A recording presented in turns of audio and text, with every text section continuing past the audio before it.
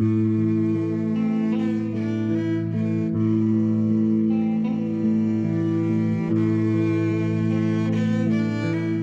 painting is basically my vision of what I see. I've been making objects out of the fabrics, and then I paint the image. I just love the texture and the feel, so I paint with oils. And the movement, that idea of movement and playing with it, like a 2D sculpture, I guess, in my mind. That process of sitting there, playing with it and changing it and changing it. It feels amazing. When I'm painting, it feels right. There's no other way I can explain it except it just feels this is how it should be. When you're actually doing it, you don't think about you. You think nothing else matters. Whatever else is going on in your world doesn't matter. It's taken me a long time to realise it's an important part of who I am. Just something I have to do to define who I am in our culture.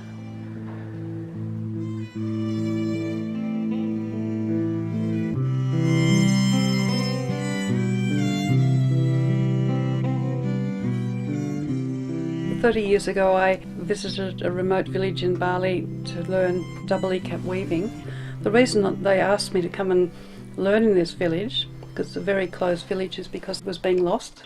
This is their village, this is a picture of their village. This is the star, because they get their stories from the star. This is the constellation Scorpio when they first arrived in Bali.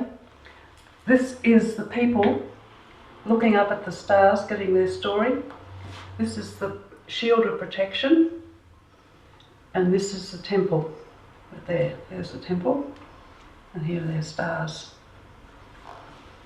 It was the older women that were completing the weaving. The women would be telling me that I had to meditate on the cross where the warp and the weft met. When I'm doing this, I go into this state where I feel really calm, and I could be sitting there for hours and the time just goes.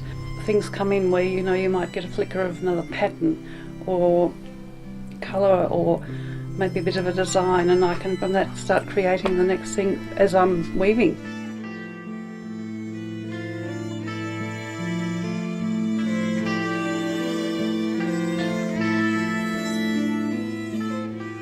Quicksilvered, gossamered, glitteringly adorned, and polished into faultless porcelain, approving, agreeing, adapting.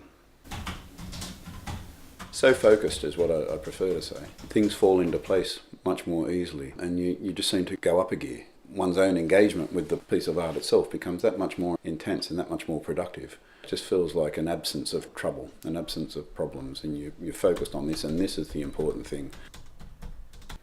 Laughing, sequined, feline eyes, a painted, leering mouth, ethereal, ephemeral, so lightly donned, and yet so tiring, and such a weight to wear. I was writing yesterday, and I seemed to stumble around for a long, long time, and it just wasn't coming. And then, after a couple of hours, it started to come, so that picks one up again, and you just roll along a bit, the energy comes back, and off you go.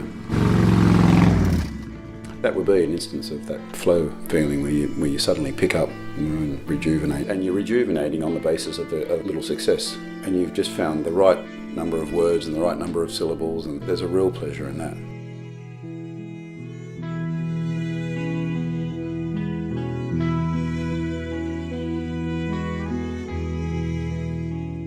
It's a sort of constant struggle in a way, going through the fearfulness connected with the ego is always a difficult one. If I try to look myself better than I am or something, then probably that's the time I start to be fearful.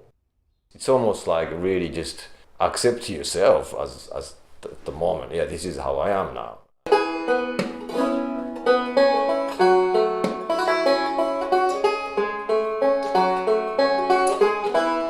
I shouldn't be fearful of the result, I just have to let it go. And then, so probably that's the time if the good flow happens, yeah. Making and playing music, you wanna feel that is just doing something not just to yourself, it's to the people.